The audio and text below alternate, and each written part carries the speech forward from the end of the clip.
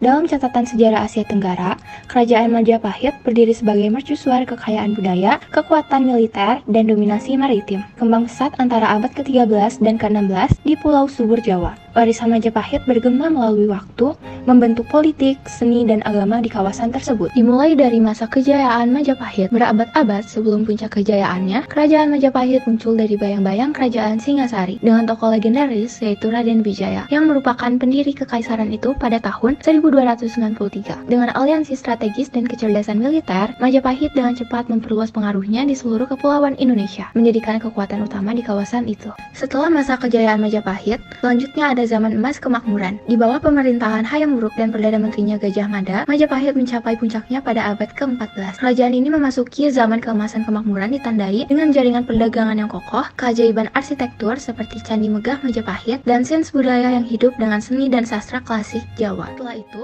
ada dominasi maritim dan fungsi budaya. Kemampuan maritim Majapahit meluas di luar kepulauan Indonesia, dengan ekspedisi yang mencapai semenanjung Melayu, Borneo, dan bahkan Filipina. Melalui perdagangan maritim, kerajaan ini memfasilitasi pertukaran budaya, mencampur tradisi Hindu-Buddha dengan adat istiadat lokal, sehingga membentuk mozaik budaya unik Asia Tenggara. Raja Hayam Wuruk adalah salah satu tokoh paling legendaris dalam sejarah kerajaan Majapahit. Sebagai penguasa pada abad ke-14 Masehi, Hayam Wuruk dikenal karena kebijaksanaan, kekuatan militernya, serta kontribusi dalam memperluas kejayaan Majapahit. Raja Hayam Wuruk menghadapi berbagai tantangan dan menjalani masa pemerintahan yang gemilang di tengah kekacauan politik serta persaingan antar kerajaan di Asia Tenggara pada masanya. Melalui kebijaksanaan dan keberaniannya, ia mampu membawa kerajaan Majapahit ke puncak kejayaan dan memperluas wilayah, termasuk menguasai wilayah Jawa Tengah, Jawa Timur, Bali, Sumatera, dan sebagian Kalimantan. Kekuatan militer Majapahit yang dipimpin oleh Pati Gajah Mada menjadi tak tertandingi. Setelah itu, ada juga masa kemunduran dan warisan. Meskipun kegemilangannya, konflik internal dan tekanan eksternal berkontribusi pada kemunduran Majapahit di abad ke-15. Munculnya Kesultanan Islam seperti Demak dan Mataram menantang hegemoni Majapahit mengarah pada perpecahan eventualnya. Namun, warisan Majapahit tetap abadi, terbukti dari moto nasional Indonesia yang berbunyi Bhinneka Tunggal Ika, di mana memiliki makna bersatu dalam keragaman, yang sangat mencerminkan dampak abadi kerajaan ini terhadap identitas Indonesia. Kerajaan Majapahit merupakan salah satu kerajaan terbesar di Nusantara pada abad ke-14 dan ke-15. Kerajaan yang meninggalkan banyak peninggalan bersejarah yang menjadi saksi bisu kejayaan dan kehidupan masyarakatnya. Prasasti dalam berbagai bentuk dan fungsi menjadi salah satu peninggalan yang sangat berharga untuk memahami sejarah dan kebudayaan Majapahit. Kerajaan Majapahit adalah sumber penting untuk memahami sejarah dan budaya kerajaan tersebut. Beberapa prasasti terkenal dari kerajaan Majapahit antara lain Prasasti Trowulan, Prasasti Wurare, dan Prasasti Sukamreta.